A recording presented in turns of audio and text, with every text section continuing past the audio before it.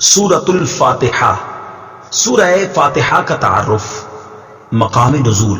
اکثر علماء کے نزدیک سورہ فاتحہ مکہ مکرمہ میں نازل ہوئی ہے۔ امام مجاہد رحمت اللہ تعالی علیہ فرماتے ہیں سورہ فاتحہ مدینہ منورہ میں نازل ہوئی ہے، اور ایک قول یہ ہے کہ سورہ فاتحہ 2 مرتبہ نازل ہوئی، ایک مرتبہ مکہ مکرمہ میں اور دوسری مرتبہ مدینہ منورہ میں نازل ہوئی ہے۔ آیات، کلمات اور حروف کی تعداد، اس صورت میں ایک رکوع، 7 آیتیں، 27 کلمے اور 140 حروف ہیں۔ سورہ فاتحہ کے اسماء اور ان کی وجہ تسمیہ۔ اس سورت کے متعدد نام ہیں، اور ناموں کا زیادہ ہونا اس کی فضیلت اور شرف کی دلیل ہے۔ اس کے مشہور 15 نام یہ ہیں۔ نمبر 1، سورہ فاتحہ۔ سورہ فاتحہ سے قرآن پاک کی تلاوت شروع کی جاتی ہے، اور اسی سورت سے قرآن پاک لکھنے کی ابتدا کی جاتی ہے، اس لیے اسے فاتحۃ الکتاب یعنی کتاب کی ابتدا کرنے والی کہتے ہیں۔ نمبر 2، اس سورت کی ابتدا الحمدللہ سے ہوئی، اس مناسبت سے اسے سورۃ الحمد یعنی وہ سورت جس میں اللہ تعالیٰ کی حمد بیان کی گئی ہے کہتے ہیں۔ نمبر 3 اور 4، سورہ فاتحہ قرآن پاک کی اصل ہے، اس بنا پر اسے ام القرآن اور ام الکتاب کہتے ہیں۔ نمبر 5، یہ سورت نماز کی ہر رکعت میں پڑھی جاتی ہے، یا یہ سورت 2 مرتبہ نازل ہوئی ہے، اس وجہ سے اسے السبع المثانی یعنی بار بار پڑھی جانے والی یا 1 سے زائد مرتبہ نازل ہونے والی 7 آیتیں کہا جاتا ہے۔ نمبر 6، 7 اور 8، دین کے بنیادی امور کا جامع ہونے کی وجہ سے سورہ فاتحہ کو سورۃ الکنز، سورۃ الوافیہ اور سورۃ الکافیہ کہتے ہیں۔ نمبر 9 اور 10، شفا کا باعث ہونے کی وجہ سے اسے سورۃ الشفا اور سورۃ الشافیہ کہتے ہیں۔ نمبر 11، 12، 13، 14 اور 15، دعا پر مشتمل ہونے کی وجہ سے اسے سورۃ الدعاء، سورۃ تعلیم المسئلہ، سورۃ السوال، سورۃ المناجات اور سورۃ التفویض بھی کہا جاتا ہے۔ سورہ فاتحہ کے فضائل۔ احادیث میں سورت کے بہت سے فضائل بیان کیے گئے، ان میں سے 4 فضائل بیان کرتا ہوں۔ نمبر 1، بخاری شریف کی حدیث ہے، حضرت ابو سعید بن معلا رضی اللہ تعالی عنہ فرماتے ہیں، میں نماز پڑھ رہا تھا تو مجھے نبی کریم صلی اللہ تعالی علیہ وسلم نے بلایا، لیکن میں نے جواب نہ دیا۔ جب نماز سے فارغ ہو کر بارگاہ رسالت صلی اللہ تعالی علیہ وسلم میں حاضر ہوا، میں نے عرض کی، یا رسول اللہ صلی اللہ تعالی علیہ وسلم، میں نماز پڑھ رہا تھا۔ تاجدار رسالت صلی اللہ تعالی علیہ وسلم نے ارشاد فرمایا، کیا اللہ تعالیٰ نے یہ نہیں فرمایا، استجیبوا للہ وللرسول اذا دعاکم، اللہ اور اس کے رسول کی بارگاہ میں حاضر ہو جاؤ جب وہ تمہیں بلائیں۔ پھر ارشاد فرمایا، کیا میں تمہیں تمہارے مسجد سے نکلنے سے پہلے قرآن کریم کی سب سے عظیم سورت نہ سکھاؤں؟ پھر آپ علیہ الصلوۃ والسلام نے میرا ہاتھ پکڑ لیا۔ جب ہم نے نکلنے کا ارادہ کیا تو میں نے عرض کی، یا رسول اللہ صلی اللہ تعالی علیہ وسلم، آپ نے فرمایا تھا کہ میں ضرور تمہیں قرآن مجید کی سب سے عظمت والی سورت سکھاؤں گا۔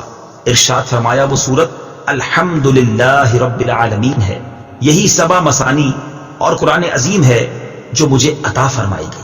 نمبر 2، مسلم شریف کی حدیث ہے، حضرت عبداللہ ابن عباس رضی اللہ تعالی عنہما فرماتے ہیں، ایک فرشتہ آسمان سے نازل ہوا اور اس نے سید المرسلین صلی اللہ تعالی علیہ وسلم کی بارگاہ میں سلام پیش کر کے عرض کی، یا رسول اللہ صلی اللہ تعالی علیہ وسلم، آپ کو ان 2 نوروں کی بشارت ہو جو آپ کے علاوہ اور کسی نبی کو عطا نہیں کیے گئے، اور وہ 2 نور یہ ہیں، نمبر 1 سورہ فاتحہ، نمبر 2 سورہ بقرہ کی آخری آیت ہے۔ نمبر 3، حضرت ابی بن کعب رضی اللہ تعالی عنہ سے روایت ہے، حضور پر نور صلی اللہ تعالی علیہ وسلم نے ارشاد فرمایا، اللہ تعالیٰ نے تورات اور انجیل میں ام القرآن کی مثل کوئی سورت نازل نہیں فرمائی۔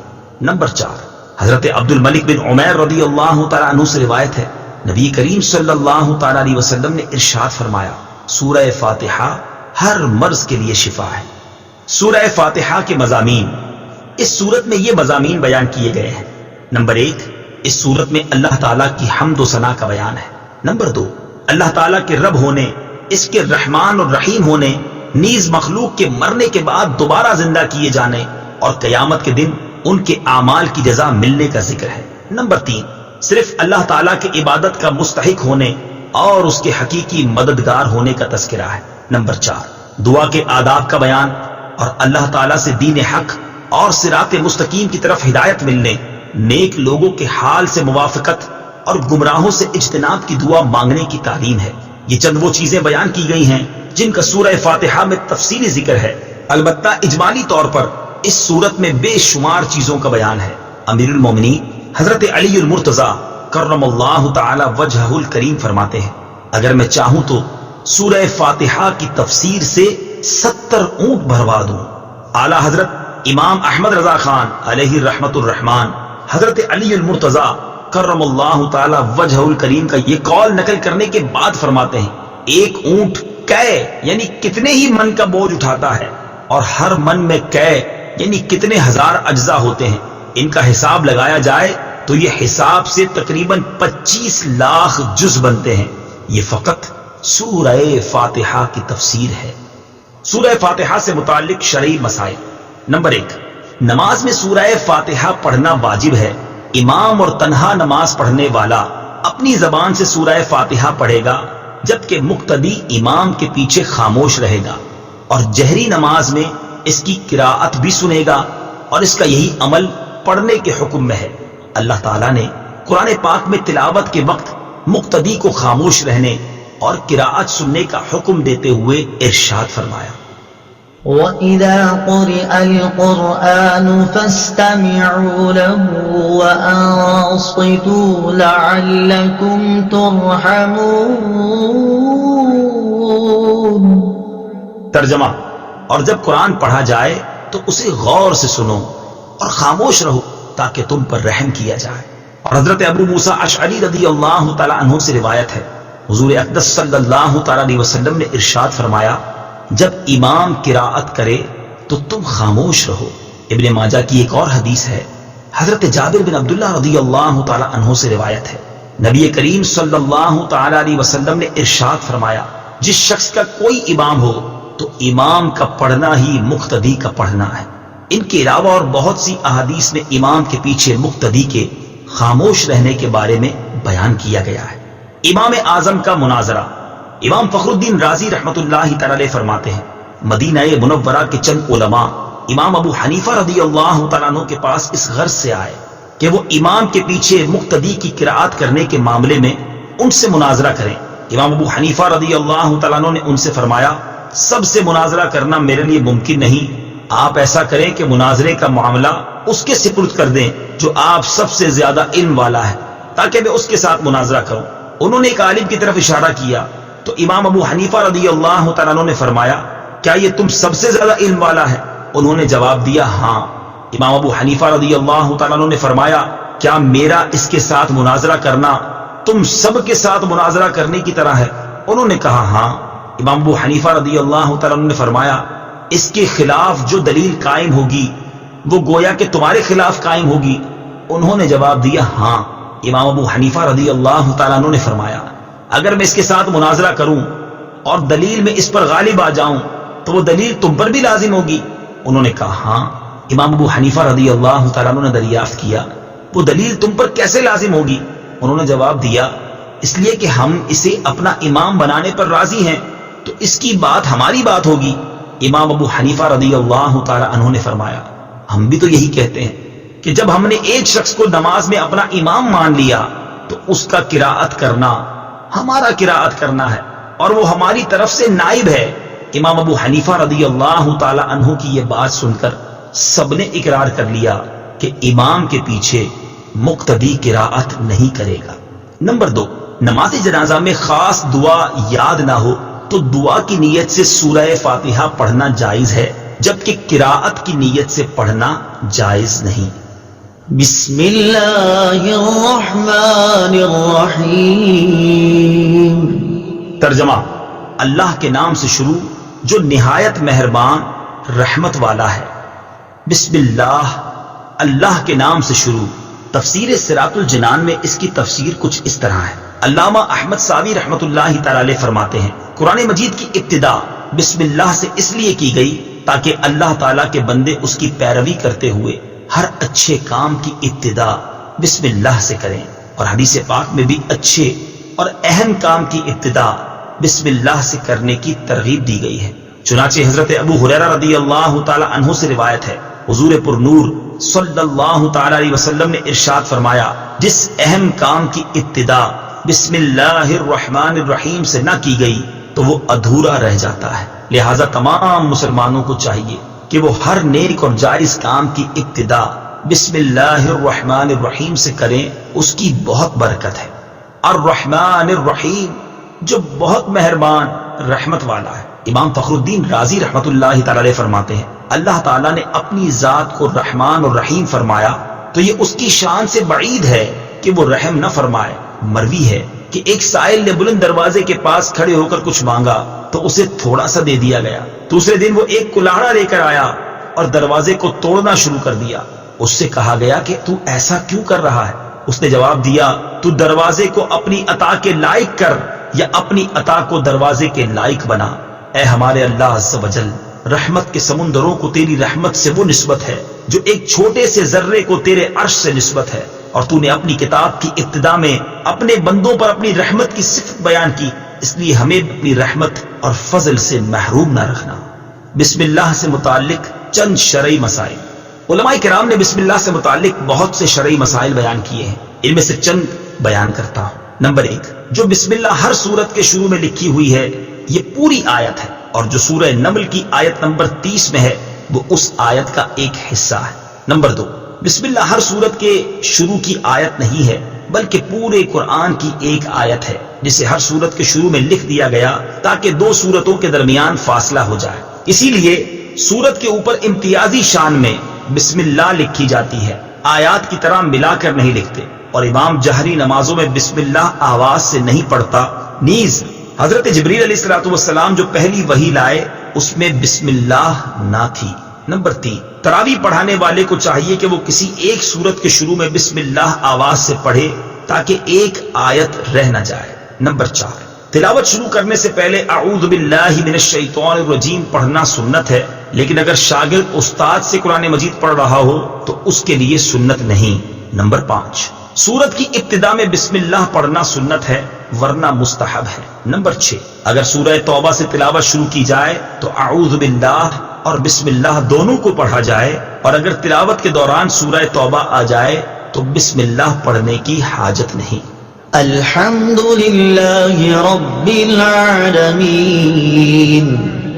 ترجمہ، سب تعریفیں اللہ کے لیے ہیں جو تمام جہان والوں کا پالنے والا ہے۔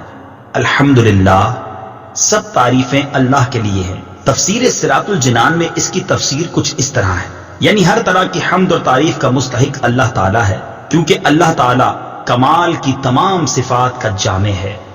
حمد اور شکر کی تعریف۔ حمد کا معنی ہے کسی کی اختیاری خوبیوں کی بنا پر اس کی تعریف کرنا، اور شکر کی تعریف یہ ہے کہ کسی کے احسان کے مقابلے میں زبان، دل یا اعضاء سے اس کی تعظیم کرنا۔ اور ہم چونکہ اللہ عز و جل کی حمد عام طور پر اس کے احسانات کے پیش نظر کرتے ہیں، اس لیے ہماری یہ حمد شکر بھی ہوتی ہے۔ اللہ تعالیٰ کی حمد و ثنا کرنے کے فضائل۔ احادیث میں اللہ تعالیٰ کی حمد و ثنا کرنے کے بہت فضائل بیان کیے گئے ہیں، ان میں سے 3 فضائل پیش کرتا ہوں۔ نمبر 1، مسلم شریف کی حدیث ہے، حضرت انس بن مالک رضی اللہ تعالی عنہ سے روایت ہے، نبی اکرم صلی اللہ تعالی علیہ وسلم نے ارشاد فرمایا، اللہ تعالیٰ بندے کی اس بات سے خوش ہوتا ہے کہ وہ کچھ کھائے تو اللہ تعالیٰ کی حمد کرے، اور کچھ پیے تو اللہ تعالیٰ کی حمد کرے۔ نمبر 2، ابن ماجہ کی حدیث ہے، حضرت جابر بن عبداللہ رضی اللہ تعالی عنہ سے روایت ہے، حضور پر نور صلی اللہ تعالی علیہ وسلم نے ارشاد فرمایا، سب سے افضل ذکر لا الہ الا اللہ ہے، اور سب سے افضل دعا الحمدللہ ہے۔ نمبر 3، ابن ماجہ ہی کی حدیث ہے، حضرت انس بن مالک رضی اللہ تعالی عنہ سے روایت ہے، حضور اقدس صلی اللہ تعالی علیہ وسلم نے ارشاد فرمایا، جب اللہ تعالیٰ اپنے بندے پر کوئی نعمت نازل فرماتا ہے اور وہ نعمت ملنے پر الحمدللہ کہتا ہے تو یہ حمد اللہ تعالیٰ کے نزدیک اس دی گئی نعمت سے زیادہ افضل ہے۔ حمد سے متعلق شرعی حکم۔ خطبے میں حمد واجب، کھانے کے بعد مستحب، چھینک آنے کے بعد سنت، حرام کام کے بعد حرام، اور بعض صورتوں میں کفر ہے۔ للہ، اللہ کے لیے۔ اللہ اس ذات اعلیٰ کا عظمت والا نام ہے جو تمام کمال والی صفتوں کی جامع ہے، اور بعض مفسرین نے اس لفظ کے معنی بھی بیان کیے، جیسے اس کا ایک معنی ہے عبادت کا مستحق، دوسرا معنی ہے وہ ذات جس کی معرفت میں عقل حیران ہے، تیسرا معنی ہے وہ ذات جس کی بارگاہ میں سکون حاصل ہوتا ہے، اور چوتھا معنی ہے وہ ذات کہ مصیبت کے وقت جس کی پناہ تلاش کی جائے۔ رب العالمین، جو سارے جہان والوں کا مالک ہے۔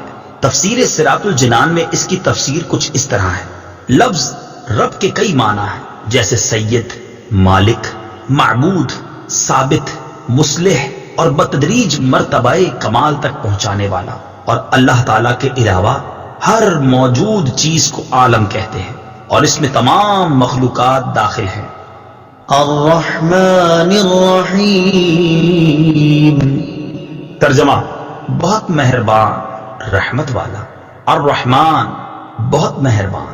تفسیر صراط الجنان میں اس کی تفسیر کچھ اس طرح ہے، رحمان اور رحیم اللہ تعالیٰ کے دو صفاتی نام ہیں۔ رحمان کا معنی ہے نعمتیں عطا کرنے والی وہ ذات جو بہت زیادہ رحمت فرمائے، اور رحیم کا معنی ہے بہت رحمت فرمانے والا۔ یاد رہے کہ حقیقی طور پر نعمت عطا فرمانے والی ذات اللہ تعالیٰ کی ہے، کہ وہی تنہا ذات ہے جو اپنی رحمت کا بدلہ طلب نہیں فرماتی۔ ہر چھوٹی بڑی، ظاہری، باطنی، جسمانی، روحانی، دنیاوی اور اخروی نعمت اللہ تعالیٰ ہی عطا فرماتا ہے، اور دنیا میں جس شخص تک جو نعمت پہنچتی ہے وہ اللہ تعالیٰ کی رحمت ہی سے ہے، کیونکہ کسی کے دل میں رحم کا جذبہ پیدا کرنا، رحم کرنے پر قدرت دینا، نعمت کو وجود میں لانا، دوسرے کا اس نعمت سے فائدہ اٹھانا اور فائدہ اٹھانے کے لیے اعضاء کی سلامتی عطا کرنا، یہ سب اللہ تعالیٰ کی طرف سے ہی ہے۔ اللہ تعالیٰ کی وسیع رحمت دیکھ کر گناہوں پر بے باک نہیں ہونا چاہیے۔ ابو عبداللہ محمد بن احمد قرطبی رحمت اللہ تعالیٰ علیہ فرماتے ہیں، اللہ تعالیٰ نے رب العالمین کے بعد اپنے دو اوصاف رحمان اور رحیم بیان فرمائے۔ اس کی وجہ یہ ہے کہ جب اللہ تعالیٰ نے فرمایا کہ وہ رب العالمین ہے، تو اس سے سننے اور پڑھنے والے کے دل میں اللہ تعالیٰ کی عظمت کی وجہ سے اس کا خوف پیدا ہوا، تو اس کے ساتھ ہی اللہ تعالیٰ کے دو اوصاف رحمان اور رحیم ذکر کر دیے گئے، جن کے ضمن میں اللہ تعالیٰ کی اطاعت کرنے کی ترغیب ہے۔ یوں ترغیب اور ترغیب دونوں کا بیان ہو گیا، تاکہ بندہ اللہ تعالیٰ کی اطاعت کرنے کی طرف اچھی طرح راغب ہو اور اس کی نافرمانی کرنے سے رکنے کی خوب کوشش کرے۔ قرآن مجید میں اور مقامات پر اللہ تعالیٰ کی رحمت اور اس کے عذاب دونوں کو واضح طور پر ایک ساتھ ذکر کیا گیا ہے۔ چنانچہ اللہ تعالیٰ ارشاد فرماتا ہے، نبئ عبادی انی انا الغفور الرحیم وان عذابی هو العذاب الالیم۔ ترجمہ، میرے بندوں کو خبر دو کہ بے شک میں ہی بخشنے والا مہربان ہوں، اور بے شک میرا ہی عذاب دردناک عذاب ہے۔ اور ارشاد فرمایا، غافر الذنب وقابل التوب شدید العقاب ذی الطول لا الہ الا هو الیہ المصیر۔ ترجمہ، گناہ بخشنے والا اور توبہ قبول کرنے والا، سخت عذاب دینے والا، بڑے انعام عطا فرمانے والا ہے، اس کے سوا کوئی معبود نہیں، اسی کی طرف پھرنا ہے۔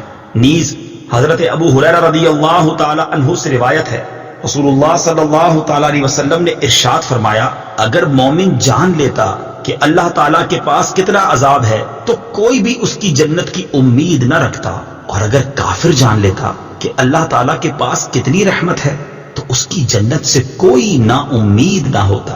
لہٰذا ہر مسلمان کو چاہیے کہ وہ امید اور خوف کے درمیان رہے، اور اللہ تعالیٰ کی رحمت کی وسعت دیکھ کر گناہوں پر بے باک نہ ہو، اور نہ ہی اللہ تعالیٰ کے عذاب کی شدت دیکھ کر اس کی رحمت سے مایوس ہو۔ کسی کو رحمان اور رحیم کہنے کے بارے میں شرعی حکم، اللہ تعالیٰ کے علاوہ کسی اور کو رحمان کہنا جائز نہیں، جبکہ رحیم کہا جا سکتا ہے، جیسے قرآن مجید میں اللہ تعالیٰ نے اپنے حبیب صلی اللہ تعالیٰ علیہ وسلم کو بھی رحیم فرمایا ہے۔ چنانچہ ارشاد باری تعالیٰ ہے، لقد جاءكم رسول من أنفسكم عزيز عليه ما عنتم حريص عليكم بالمؤمنين رؤوف رحيم۔ ترجمہ، بے شک تمہارے پاس تم میں سے وہ عظیم رسول تشریف لے آئے جن پر تمہارا مشقت میں پڑنا بہت بھاری گزرتا ہے۔ وہ تمہاری بھلائی کے نہایت چاہنے والے، مسلمانوں پر بہت مہربان، رحمت فرمانے والے ہیں۔ مالک یوم الدین، ترجمہ: جزا کے دن کا مالک۔ مالک یوم الدین، جزا کے دن کا مالک۔ تفسیر صراط الجنان میں اس کی تفسیر کچھ اس طرح ہے: جزا کے دن سے مراد قیامت کا دن ہے کہ اس دن نیک اعمال کرنے والے مسلمانوں کو ثواب ملے گا اور گناہگاروں اور کافروں کو سزا ملے گی، جبکہ مالک اسے کہتے ہیں جو اپنی ملکیت میں موجود چیزوں میں جیسے چاہے تصرف کرے۔ اللہ تعالیٰ اگرچہ دنیا اور آخرت دونوں کا مالک ہے، لیکن یہاں قیامت کے دن کو بطور خاص اس لیے ذکر کیا تاکہ اس دن کی اہمیت دل میں بیٹھے۔ نیز دنیا کے مقابلے میں آخرت میں اللہ تعالیٰ کے مالک ہونے کا ظہور زیادہ ہوگا، کیونکہ اس دن کسی کے پاس ظاہری سلطنت بھی نہ ہوگی جو اللہ تعالیٰ نے دنیا میں لوگوں کو عطا فرمائی تھی۔ اس لیے یہاں خاص طور پر قیامت کے دن کی ملکیت کا ذکر کیا گیا۔ ایاک نعبد و ایاک نستعین، ترجمہ: ہم تیری ہی عبادت کرتے ہیں اور تجھ ہی سے مدد چاہتے ہیں۔ ایاک نعبد و ایاک نستعین، ہم تیری ہی عبادت کرتے ہیں اور تجھ ہی سے مدد چاہتے ہیں۔ تفسیر صراط الجنان میں اس کی تفسیر کچھ اس طرح ہے: اس سے پہلی آیات میں بیان ہوا کہ ہر طرح کی حمد و ثنا کا حقیقی مستحق اللہ تعالیٰ ہے، جو کہ سب جہانوں کا پالنے والا، بہت مہربان اور رحم فرمانے والا ہے۔ اور اس آیت سے بندوں کو سکھایا جا رہا ہے کہ اللہ تعالیٰ کی بارگاہ میں اپنی بندگی کا اظہار یوں کرو کہ اے اللہ عز و جل، ہم صرف تیری ہی عبادت کرتے ہیں، کیونکہ عبادت کا مستحق صرف تو ہی ہے اور تیرے علاوہ اور کوئی اس لائق ہی نہیں کہ اس کی عبادت کی جا سکے، اور حقیقی مدد کرنے والا بھی تو ہی ہے۔ تیری اجازت و مرضی کے بغیر کوئی کسی کی کسی قسم کی ظاہری، باطنی، جسمانی، روحانی، چھوٹی بڑی کوئی مدد نہیں کر سکتا۔ عبادت اور تعظیم میں فرق۔ عبادت کا مفہوم بہت واضح ہے، سمجھنے کے لیے اتنا ہی کافی ہے کہ کسی کو عبادت کے لائق سمجھتے ہوئے اس کی کسی قسم کی تعظیم کرنا عبادت کہلاتا ہے، اور اگر عبادت کے لائق نہ سمجھیں تو وہ محض تعظیم ہوگی، عبادت نہیں کہلائے گی۔ جیسے نماز میں ہاتھ باندھ کر کھڑا ہونا عبادت ہے، لیکن یہی نماز کی طرح ہاتھ باندھ کر کھڑا ہونا استاد، پیر یا ماں باپ کے لیے ہو تو محض تعظیم ہے، عبادت نہیں۔ اور دونوں میں فرق وہی ہے جو ابھی بیان کیا گیا ہے۔ آیت ایاک نعبد سے معلوم ہونے والی اہم باتیں۔ آیت میں جمع کے صیغے ہیں، جیسے ہم تیری ہی عبادت کرتے ہیں، اس سے معلوم ہوا کہ نماز جماعت کے ساتھ ادا کرنی چاہیے، اور دوسروں کو بھی عبادت کرنے میں شریک کرنے کا فائدہ یہ ہے کہ گناہ گاروں کی عبادتیں اللہ تعالیٰ کی بارگاہ کے محبوب اور مقبول بندوں کی عبادتوں کے ساتھ جمع ہو کر قبولیت کا درجہ پا لیتی ہیں۔ نیز یہ بھی معلوم ہوا کہ اللہ تعالیٰ کی بارگاہ میں اپنی حاجت عرض کرنے سے پہلے اپنی بندگی کا اظہار کرنا چاہیے۔ امام عبداللہ بن احمد نصفی رحمت اللہ تعالیٰ علیہ فرماتے ہیں، عبادت کو مدد طلب کرنے سے پہلے ذکر کیا گیا کیونکہ حاجت طلب کرنے سے پہلے اللہ تعالیٰ کی بارگاہ میں وسیلہ پیش کرنا قبولیت کے زیادہ قریب ہے۔ اللہ تعالیٰ کی بارگاہ میں وسیلہ پیش کرنے کی برکت۔ ہر مسلمان کو چاہیے کہ وہ اللہ تعالیٰ کی بارگاہ میں کسی کا وسیلہ پیش کر کے اپنی حاجات کے لیے دعا کیا کرے، تاکہ اس وسیلے کے صدقے دعا جلد مقبول ہو جائے۔ اور اللہ تعالیٰ کی بارگاہ میں وسیلہ پیش کرنا قرآن و حدیث سے ثابت ہے۔ چنانچہ وسیلے کے بارے میں اللہ تعالیٰ ارشاد فرماتا ہے: يا أيها الذين آمنوا اتقوا الله وابتغوا إليه الوسيلة۔ ترجمہ: اے ایمان والو، اللہ سے ڈرو اور اس کی طرف وسیلہ ڈھونڈو۔ اور سنن ابن ماجہ میں ہے کہ ایک نابینا صحابی بارگاہ رسالت صلی اللہ تعالیٰ علیہ وسلم میں حاضر ہو کر دعا کے طالب ہوئے، تو آپ صلی اللہ تعالیٰ علیہ وسلم نے انہیں اس طرح دعا مانگنے کا حکم دیا: اللهم إني أسألك وأتوجه إليك بمحمد نبي الرحمة يا محمد إني قد توجهت بك إلى ربي في حاجتي هذه لتقضى اللهم فشفعه في۔ اے اللہ عز و جل، میں تجھ سے سوال کرتا ہوں اور تیری طرف نبی رحمت حضرت محمد صلی اللہ تعالیٰ علیہ وسلم کے ساتھ متوجہ ہوتا ہوں۔ اے محمد صلی اللہ تعالیٰ علیہ وسلم، میں نے آپ صلی اللہ تعالیٰ علیہ وسلم کے وسیلے سے اپنے رب عز و جل کی طرف اپنی اس حاجت میں توجہ کی تاکہ میری حاجت پوری کر دی جائے، اے اللہ عز و جل پس تو میرے لیے حضور صلی اللہ تعالی علیہ وسلم کی شفاعت قبول فرما۔ حدیث پاک میں مذکور لفظ یا محمد سے متعلق ضروری وضاحت اعلیٰ حضرت امام احمد رضا خان علیہ رحمت الرحمان فرماتے ہیں، علماء تصریح فرماتے ہیں حضور اقدس صلی اللہ تعالی علیہ وسلم کو نام لے کر ندا کرنی حرام ہے، اور یہ بات واقعی محل انصاف ہے۔ جسے اس کا مالک و مولا تبارک و تعالی نام لے کر نہ پکارے تو غلام کی کیا مجال کہ وہ راہ ادب سے تجاوز کرے۔ بلکہ امام زین الدین مراغی وغیرہ محققین نے فرمایا اگر یہ لفظ کسی دعا میں وارد ہو جو خود نبی اکرم صلی اللہ تعالی علیہ وسلم نے تعلیم فرمائی ہو، جیسے دعائے یا محمد انی توجہت بکا الی ربی، تاہم اس کی جگہ یا رسول اللہ یا نبی اللہ کہنا چاہیے، حالانکہ الفاظ دعا میں حتی الوسع تغییر نہیں کی جاتی۔ یہ مسئلہ مہمہ یعنی اہم ترین مسئلہ جس سے اکثر اہل زمانہ غافل ہے، واجب الحفظ ہے۔ وَإِيَّاكَ نَسْتَعِينُ، اور تجھ ہی سے مدد چاہتے ہیں۔ تفسیر صراط الجنان میں اس کی تفسیر کچھ اس طرح ہے۔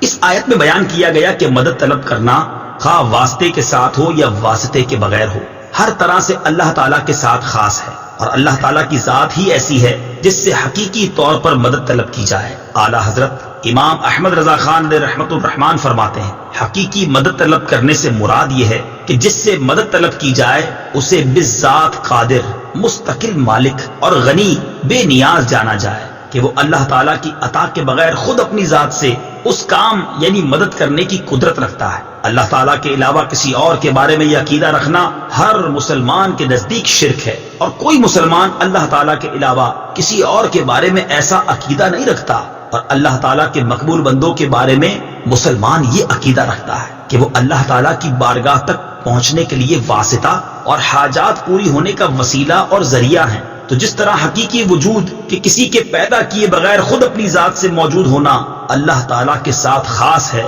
اس کے باوجود کسی کو موجود کہنا اس وقت تک شرک نہیں جب تک وہی حقیقی وجود مراد نہ لیا جائے۔ یوں ہی حقیقی علم کہ کسی کی عطا کے بغیر خود اپنی ذات سے ہو، اور حقیقی تعلیم کہ کسی چیز کی محتاجی کے بغیر از خود کسی کو سکھانا اللہ تعالیٰ کے ساتھ خاص ہے، اس کے باوجود دوسرے کو عالم کہنا یا اس سے علم طلب کرنا اس وقت تک شرک نہیں ہو سکتا جب تک وہی اصلی معنی مقصود نہ ہو۔ تو اسی طرح کسی سے مدد طلب کرنے کا معاملہ ہے کہ اس کا حقیقی معنی اللہ تعالیٰ کے ساتھ خاص ہے، اور وسیلہ و واسطہ کے معنی میں اللہ تعالیٰ کے علاوہ کے لیے ثابت ہے اور حق ہے، بلکہ یہ معنی تو غیر خدا ہی کے لیے خاص ہیں، کیونکہ اللہ تعالیٰ وسیلہ اور واسطہ بننے سے پاک ہے۔ اس سے اوپر کون ہے کہ یہ اس کی طرف وسیلہ ہوگا، اور اس کے سوا حقیقی حاجت روا کون ہے کہ یہ بیچ میں واسطہ بنے گا۔ بد مذہبوں کی طرف سے ہونے والا ایک اعتراض ذکر کر کے اس کے جواب میں فرماتے ہیں یہ نہیں ہو سکتا کہ خدا سے توسل کر کے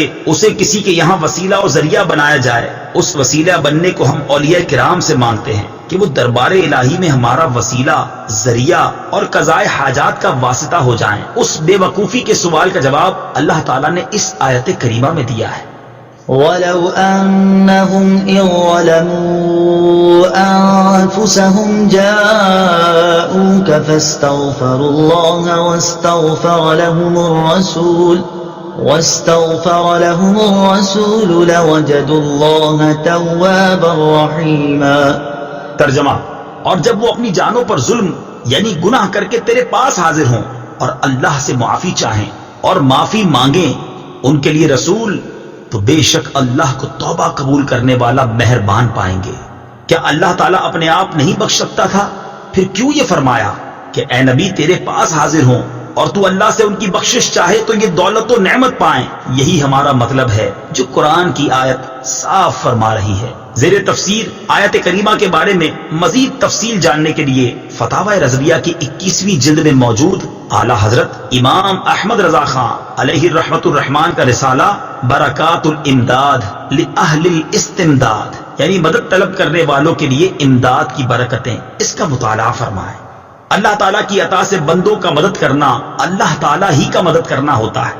یاد رہے کہ اللہ تعالیٰ اپنے بندوں کو دوسروں کی مدد کرنے کا اختیار دیتا ہے، اور اس اختیار کی بنا پر ان بندوں کا مدد کرنا اللہ تعالیٰ ہی کا مدد کرنا ہوتا ہے۔ جیسے غزوہ بدر میں فرشتوں نے آ کر صحابہ کرام رضی اللہ تعالیٰ عنہم کی مدد کی، لیکن اللہ تعالیٰ نے ارشاد فرمایا وَلَقَدْ نَصَرَكُمُ اللَّهُ بِبَدْرٍ وَأَنْتُمْ أَذِلَّةٌ۔ ترجمہ: اور بے شک اللہ نے بدر میں تمہاری مدد کی جب تم بالکل بے سر و سامان تھے۔ یہاں فرشتوں کی مدد کو اللہ تعالیٰ کی مدد کہا گیا۔ اس کی وجہ یہی ہے کہ فرشتوں کو مدد کرنے کا اختیار اللہ تعالیٰ کے دینے سے ہے، تو حقیقتاً یہ اللہ تعالیٰ ہی کی مدد ہوئی۔ یہی معاملہ انبیاء کرام علیہ الصلوۃ والسلام اور اولیاء اعظام رحمۃ اللہ تعالیٰ علیہم کا ہے کہ وہ اللہ عز و جل کی عطا سے مدد کرتے ہیں، اور حقیقتاً وہ مدد اللہ تعالیٰ کی ہوتی ہے۔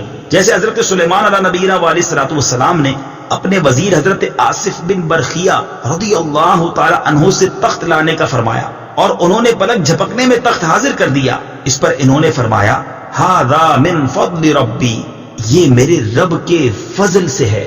اور تاجدار رسالت صلی اللہ تعالیٰ علیہ وسلم کی سیرت مبارکہ میں مدد کرنے کی تو اتنی مثالیں موجود ہیں کہ اگر سب جمع کی جائیں تو ایک ضخیم کتاب مرتب ہو سکتی ہے۔ ان میں سے چند مثالیں یہ ہیں۔ نمبر 1 صحیح بخاری میں ہے، نبی کریم علیہ الصلوۃ والسلام نے تھوڑے سے کھانے سے پورے لشکر کو سیر کیا۔ نمبر 2 بخاری شریف ہی میں ہے، آپ صلی اللہ تعالیٰ علیہ وسلم نے دودھ کے ایک پیالے سے 70 صحابہ کو سیراب کر دیا۔ نمبر 3 یہ بھی بخاری شریف میں ہے، انگلیوں سے پانی کے چشمے جاری کر کے 1400 یا اس سے بھی زائد افراد کو سیراب کر دیا۔ نمبر 4 لعاب دہن سے بہت سے لوگوں کو شفا عطا فرمائی۔ اور یہ تمام مددیں چونکہ اللہ تعالیٰ کی عطا کردہ طاقت سے تھی، لہٰذا سب اللہ تعالیٰ کی ہی مددیں ہیں۔ اس بارے میں مزید تفصیل کے لیے فتاوی رضویہ کی 30ویں جلد میں موجود اعلیٰ حضرت امام اہل سنت مولانا شاہ امام احمد رضا خان علیہ رحمت الرحمان کے رسالے الامن والعلا لناعت المصطفیٰ بدافع البلا، یعنی نعت مصطفیٰ صلی اللہ تعالیٰ علیہ وسلم بیان کرنے والوں کے لیے انعامات کا مطالعہ فرمائیے۔ اهدنا الصراط المستقيم۔ ترجمہ: ہمیں سیدھے راستے پر چلا۔ اهدنا الصراط المستقیم، ہمیں سیدھے راستے پر چلا۔ تفسیر صراط الجنان میں اس کی تفسیر کچھ اس طرح ہے: اللہ تعالیٰ کی ذات و صفات کی معرفت کے بعد اس کی عبادت اور حقیقی مددگار ہونے کا ذکر کیا گیا، اور اب یہاں سے ایک دعا سکھائی جا رہی ہے کہ بندہ یوں عرض کرے، اے اللہ عز و جل، تو نے اپنی توفیق سے ہمیں سیدھا راستہ دکھا دیا، اب ہماری اس راستے کی طرف ہدایت میں اضافہ فرما اور ہمیں اس پر ثابت قدم رکھ۔ صراط مستقیم کا معنی، صراط مستقیم سے مراد عقائد کا سیدھا راستہ ہے جس پر تمام انبیاء کرام علیہ الصلوۃ والسلام چلے، یا اس سے مراد اسلام کا سیدھا راستہ ہے جس پر صحابہ کرام رضی اللہ تعالی عنہم، بزرگان دین اور اولیاء اعظام رحمت اللہ تعالی علیہم چلے، جیسا کہ اگلی آیت میں موجود بھی ہے۔ اور یہ راستہ اہل سنت کا ہے کہ آج تک اولیاء کرام صرف اسی مسلک اہل سنت میں گزرے ہیں، اور اللہ تعالیٰ نے انہی کے راستے پر چلنے اور انہی کے ساتھ ہونے کا فرمایا ہے۔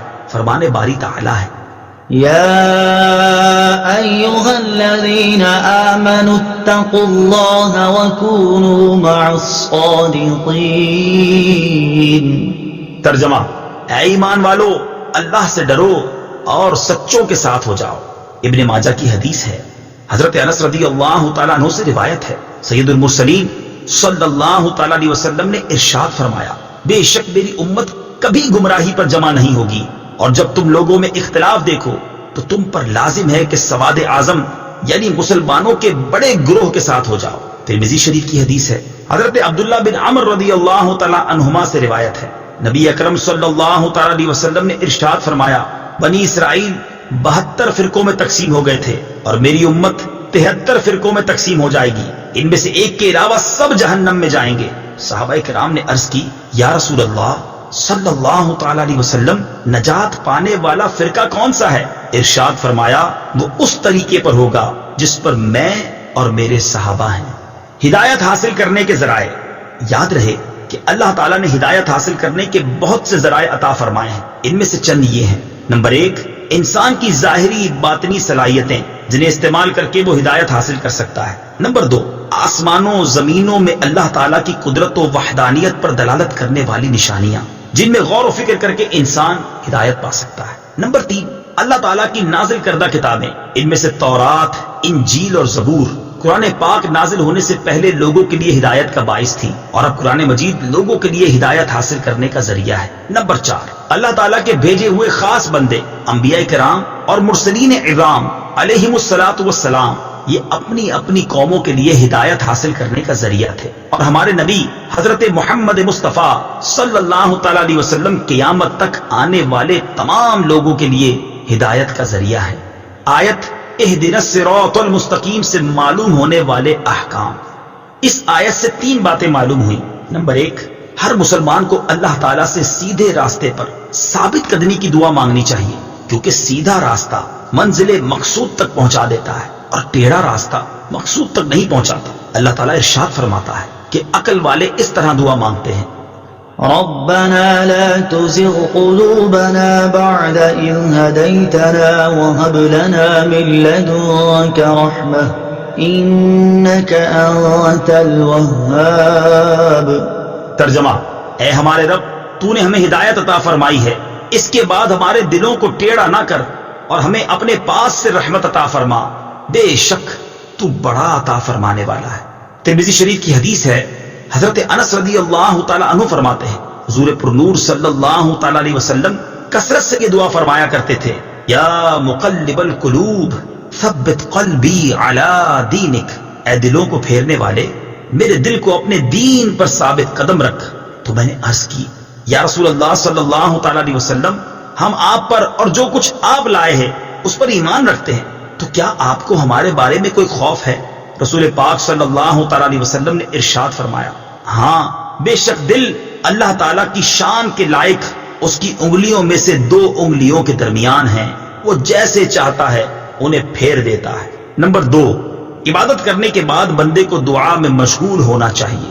نمبر 3، صرف اپنے لیے دعا نہیں مانگنی چاہیے بلکہ سب مسلمانوں کے لیے دعا مانگنی چاہیے کہ اس طرح دعا زیادہ قبول ہوتی ہے۔ صراط الذين أنعمت عليهم غير المغضوب عليهم ولا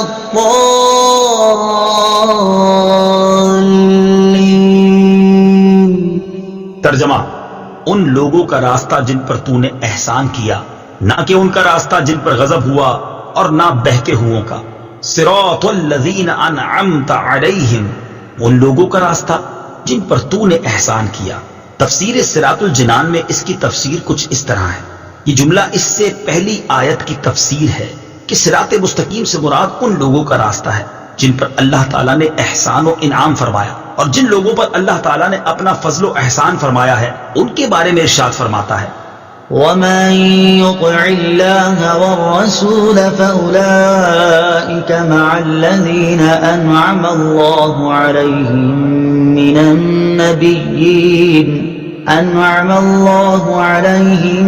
من النبيين والصديقين والشهداء والصالحين وحسن أولئك رفيقا۔ ترجمہ، اور جو اللہ اور رسول کی اطاعت کرے تو وہ ان لوگوں کے ساتھ ہوں گے جن پر اللہ نے فضل کیا، یعنی انبیاء اور صدیقین اور شہداء اور صالحین، اور یہ کتنے اچھے ساتھی ہیں۔ آیت صراط الذین انعمت علیہم سے معلوم ہونے والے مسائل۔ اس آیت سے 2 باتیں معلوم ہوئیں۔ نمبر 1، جن امور پر بزرگان دین کا عمل رہا وہ صراط مستقیم میں داخل ہے۔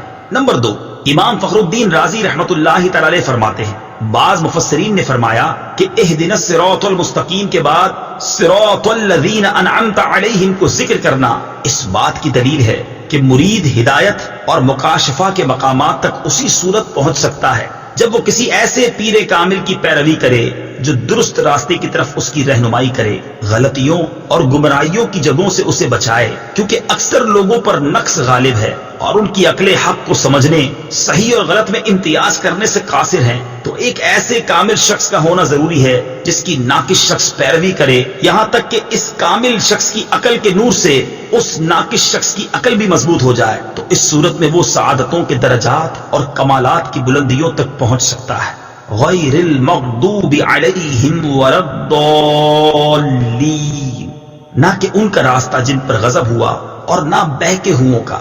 اس کی تفسیر صراط الجنان میں ہے، جن پر اللہ تعالیٰ کا غضب ہوا ان سے مراد یہودی اور بہکے ہووں سے مراد عیسائی ہیں، جیسا کہ سنن ترمذی جلد 4 صفحہ 444 حدیث نمبر 2964 میں ہے، اور امام فخر الدین رازی رحمت اللہ تعالی علیہ نے یہ بھی لکھا ہے کہ جن پر غضب ہوا ان سے مراد بد عمل ہیں اور بہکے ہوں سے مراد بد عقیدہ لوگ ہیں۔ ہر مسلمان کو چاہیے کہ وہ عقائد، اعمال، سیرت، صورت ہر اعتبار سے یہودیوں، عیسائیوں اور تمام کفار سے الگ رہے، نہ ان کے طور طریقے اپنائے اور نہ ہی ان کے رسم و رواج اور فیشن اختیار کرے، اور ان کی دوستیوں اور صحبتوں سے دور رہتے ہوئے اپنے آپ کو قرآن و سنت کے سانچے میں ڈھالنے میں ہی اپنے لیے دونوں جہان کی سعادت تصور کرے۔ آیت وَلَضَّالِّينَ سے متعلق شرعی مسئلہ، بعض لوگ وَلَضَّالِّينَ کو وَلَضَّالِّينَ پڑھتے ہیں، ان کا ایسا کرنا حرام ہے۔ اعلیٰ حضرت امام احمد رضا خان علیہ الرحمت الرحمان فرماتے ہیں ضاد، ظا، ذال، زا سب حروف متباینہ متغائرہ یعنی ایک دوسرے سے جدا جدا حروف ہیں، ان میں سے کسی کو دوسرے سے تلاوت قرآن میں قصدن بدلنا، اس کی جگہ اسے پڑھنا، نماز میں ہو خواہ بیرون نماز، حرام قطعی و گناہ عظیم، افتراء علی اللہ و تحریف کتاب کریم ہے۔ اس مسئلے کے بارے میں دلائل کے ساتھ تفصیلی معلومات حاصل کرنے کے لیے فتاوی رضویہ کی 6 جلد میں موجود ان رسائل کا مطالعہ فرمائیں۔ نمبر 1، نعم الزاد لروم الضاد یعنی ضاد کی ادائیگی کا بہترین طریقہ۔ نمبر 2، الجام الصاد عن سنن الضاد ضاد کی ادائیگی کے غلط اور صحیح طریقوں کا بیان۔ آمین اس کا ایک معنی ہے اے اللہ عز و جل تو قبول فرما، دوسرا معنی ہے اے اللہ عز و جل تو ایسا ہی فرما۔ آمین سے متعلق شرعی مسائل۔ نمبر 1، یہ قرآن مجید کا کلمہ نہیں ہے۔ نمبر 2، نماز کے اندر اور نماز سے باہر جب بھی سورہ فاتحہ ختم کی جائے تو اس کے بعد آمین کہنا سنت ہے۔ نمبر 3، احناف کے نزدیک نماز میں آمین بلند آواز سے نہیں بلکہ آہستہ کہی جائے گی۔ صدق اللہ